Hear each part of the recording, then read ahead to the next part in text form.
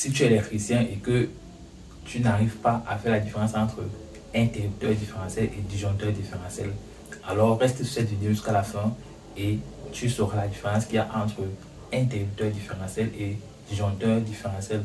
On va voir le rôle de chacun, on va voir à quoi ça sert, on va voir comment identifier les disjoncteurs, on va voir comment identifier les interrupteurs, on va voir comment et pourquoi choisir l'un par rapport à l'autre. Moi c'est Carmelo pour ceux qui viennent de me découvrir.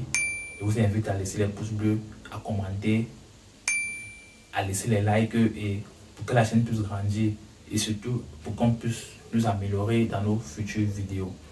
Alors, comme mentionné précédemment, quelle est la différence entre interrupteur différentiel et disjoncteur différentiel? Si tu es vraiment curieux de connaître la différence qu'il y a entre interrupteur différentiel et disjoncteur différentiel, je t'invite à rester sur la vidéo jusqu'à la fin. Alors, je vous donne 5 secondes, je vous laisse 10 secondes, le temps de vous abonner à la chaîne et on se retrouve juste derrière, après le générique.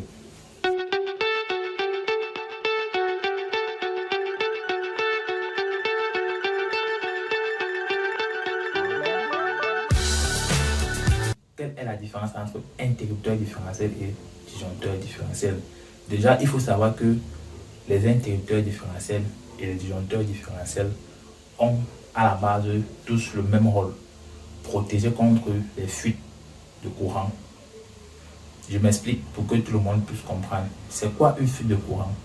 Pour ceux qui sont des profanes, il vous est arrivé parfois de toucher soit un congélateur, soit une masse métallique dans votre domicile et vous avez ressenti un petit choc, comme si vous avez l'impression que le courant vous traverse. C'est ça qu'on appelle les fuites. Si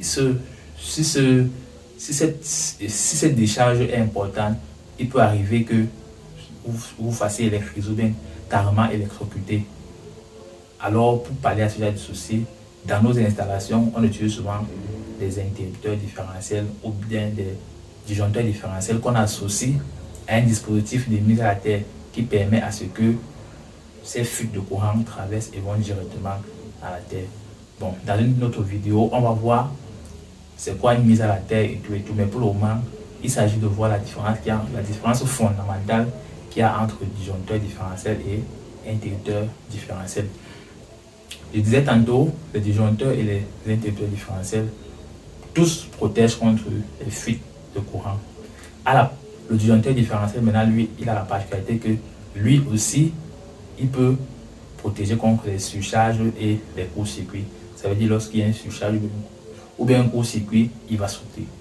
C'est ça vraiment la différence qu'il y a entre les deux. Maintenant, comment faire la différence entre les deux? De façon technique, pour faire la différence, il faut d'abord regarder le symbole. Voilà le symbole d'un interrupteur différentiel et voilà le symbole d'un disjoncteur différentiel. Il faut faire la différence au niveau des symboles. Et maintenant, de façon physique, lorsqu'on tient un disjoncteur différentiel à la main, généralement, il y a un petit bouton sur ça qui permet de savoir que c'est un disjoncteur différentiel, ou alors au niveau du schéma qu'on met souvent dessus. Vous allez remarquer le schéma, je vais présenter le schéma et vous allez voir ce qui est souvent dessiné sur les interrupteurs différentiels. Pareil que pour les disjoncteurs différentiels, il y a le schéma. Donc pour faire la différence, il faut bien regarder les deux schémas que je vais afficher et vous allez voir c'est quoi la différence.